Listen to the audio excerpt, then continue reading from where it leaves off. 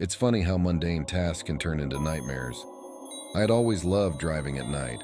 The serene darkness, the empty roads, the feeling of solitude. But one fateful night, my love for night drives turned into a fear that would haunt me forever. It started like any other night. I had just finished a late shift at work and was looking forward to the peaceful drive home. The route I took was a winding road that cut through a dense forest, a shortcut that saved me almost 20 minutes. The sky was a deep velvety black dotted with stars and the air was crisp. It was perfect. As I drove, the road was illuminated only by my headlights. The tall trees on either side seemed to close in, their branches reaching out like skeletal fingers. I turned up the radio, letting the soft rock tunes fill the car, easing the tension from a long day. I glanced at the clock on the dashboard, 11:47 p.m. I would be home by midnight. About 10 minutes into the drive, I saw something out of the corner of my eye, a shadow, quick and fleeting, darting across the road. I slammed on the brakes, my heart racing. My car skidded to a halt and I peered into the darkness, trying to make out any movement. There was nothing. Just an animal, I muttered to myself, trying to calm my nerves. Probably a deer. I put the car in gear and started driving again, slower this time, eyes scanning the road. A few miles down, I saw it again. This time it was clearer. A figure standing by the side of the road.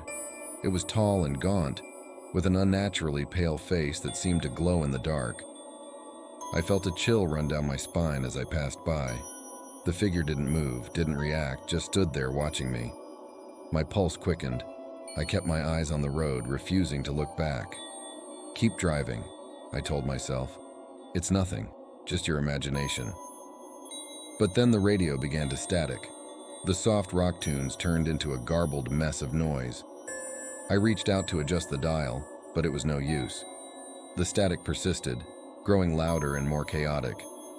Frustrated, I turned it off, leaving me in eerie silence.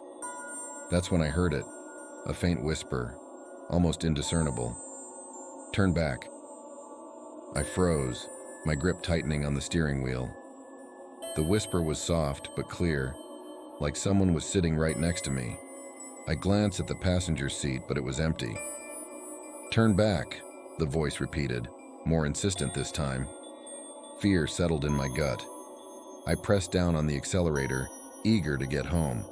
The road seemed longer than usual, the trees denser, the night darker.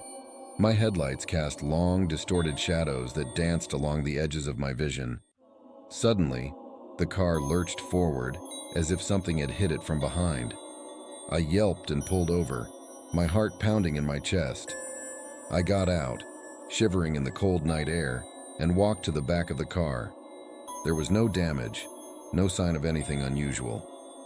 Confused and scared, I hurried back into the driver's seat and locked the doors. I took a deep breath and started the engine. As I pulled back onto the road, I caught a glimpse of something in my rearview mirror, something pale and ghostly, standing in the middle of the road, staring at me. I sped up, the tires squealing as I rounded a bend. The road ahead was a straight shot through the forest. I kept my eyes forward, refusing to look back again. The fear was overwhelming, pressing down on me like a physical weight. Then the car's headlights flickered. Panic surged through me. I slammed my palm on the steering wheel, willing the lights to stay on. For a moment they stabilized and I breathed a sigh of relief. But it was short-lived. The headlights flickered again and then everything went dark. I was plunged into pitch blackness. I slowed the car to a crawl, my hands shaking. Without the headlights, the road was invisible, swallowed by the darkness. I fumbled for my phone, desperate for some light, but it slipped from my grasp and fell into the footwell. Suddenly, the car filled with a chilling cold.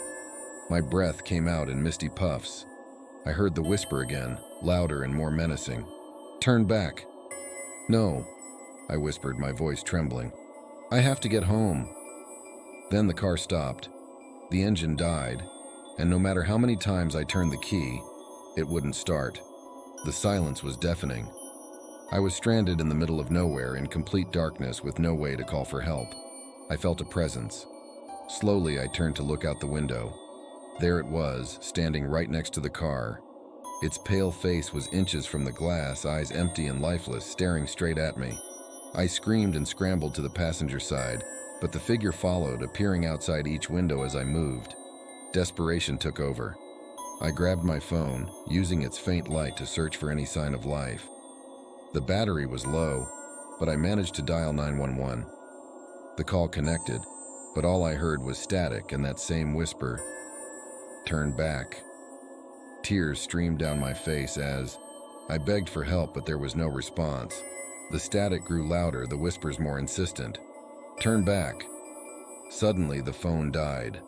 I was plunged back into darkness. The figure outside the car began to fade, blending into the night until it disappeared completely. But the cold remained, and so did the fear.